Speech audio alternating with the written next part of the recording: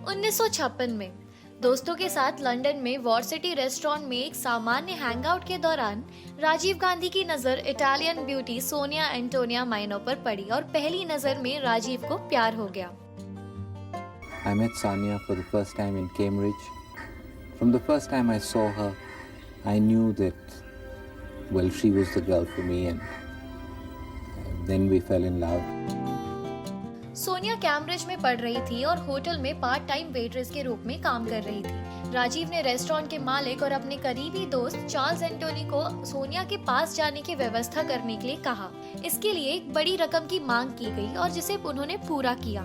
सोनिया की आकर्षक सुंदरता को देखते हुए राजीव ने नैपकिन पर एक कविता लिखी, जिसे चार्ल्स के माध्यम से सबसे अच्छी शराब के साथ भेजा। जल्द ही उनकी दोस्ती प्यार में तब्दील हो गई।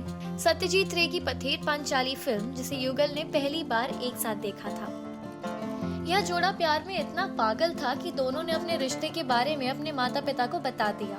राजीव गांधी भारत की राजनीतिक नेता इंदिरा गांधी के पुत्र थे। एक खुले विचारों वाली व्यक्ति होने के नाते इंदिरा ने 1965 में लंदन के लिए उड़ान भरी और अपनी बहू से मुलाकात की। हालांकि राजीव के परिवार ने उनके रिश्ते को स्वीकार कर लिया, लेकिन सोनिया के पिता स्टेफेनो माइनो इस रिश्ते को लेकर थोड़े आशंकित थे। वह राजीव को पसंद करते थे, लेकिन वह एक राजनीतिक परिवार में अपनी बेटी की शादी से खुश नहीं थे। 1967 में राजीव भारत लौट आए और 1968 में सोनिया भी उनके पीछे पीछे भारत चली आई। वह शादी से पहले बच्चन परिवार के साथ रही। दंपति का मेहंदी समारोह नई दिल्ली में बच्चन के आवास पर आयोजित किया गया था। अमिताभ के पिता और कवि हरिवंश राय बच्चन ने सोनिया के ससुर की भूमिका निभाई। 25 फरवरी 1968 को यह जोड़ा शादी के बंधन में बंध गया। इस जोड़े की शादी में प्रसिद्ध राजनेताओं, मशहूर हस्तियों और बड़े व्यापारियों ने शिरकत की थी। इस खूबसूरत शादी समारोह के अगले दिन हैदराबाद हाउस में एक भव्य रिसेप्शन का आयोजन किया गया था। राजीव कभी राजनीति में नहीं आना चाहते थे, इसलिए वह इंडियन एयरलाइंस में पायलट बन गए। इस जोड़े को 19 जून 1970 में एक बेटा हुआ, जिसका नाम राहुल गांधी रखा गया, और 12 जनवरी 1972 को सोनिया ने प्रियंका गांधी को जन्म दिया। लेकिन नियति ने उनके लिए कुछ और ही योजना बनाई थी। 23 जनवरी 1980 को एक विमान दुर्घटना में राजीव के छोटे भाई संजय गांधी की जान चली गई। वहीं 31 अक्टूबर 1984 को इंदिरा गांधी की हत्या कर दी गई।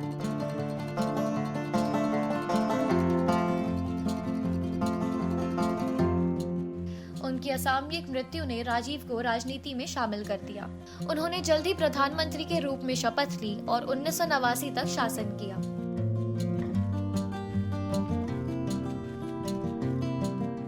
उन्नीस में तमिलनाडु के पेरुम्बदूर में एक आत्मघाती बम हमले में उनकी हत्या कर दी गई। उनकी असामयिक मृत्यु न केवल सोनिया के लिए बल्कि पूरे देश के लिए एक झटका थी। उनकी मृत्यु के बाद कांग्रेस पार्टी बिगड़ती हालत में थी, लेकिन सोनिया ने साहस दिखाया और पार्टी को संभाला। सोनिया ने एक इंटरव्यू में कहा था, मैं भारत आई क्योंकि मैं अपने पति के प्यार में पागल थी, क्योंकि वह मेरे साथ थे। इससे ज्यादा मेरे लिए कुछ भी मायने नहीं रखता था। मैं नहीं चाहती थी कि वह प्रधानमंत्री बने। मैंने उनसे कहा था कि उन्हें मार दिया जाएगा, जिस पर उन्होंने मुझे उत्तर दिया था कि वह किसी भी स्थिति में हो उन्हें मार दिया जाएगा, फिर चाहे वह प्रधानमंत्री हो या ना। राजीव की मृत्यु को याद करते हुए सोनिया ने एक और बात कही थी, मैं उनके मौत की खबर सुनकर सुन्न पड़ गई थी। मैं उनके साथ मद्रास जाने वाली थी। काश कि मैं उनके साथ उस दिन मद्रास चली जाती। नवभारत से जुड़े रहने के लिए हमारे चैनल को सब्सक्राइब करें। नित्या विश्वकर्मा, नवभारत मीडिया।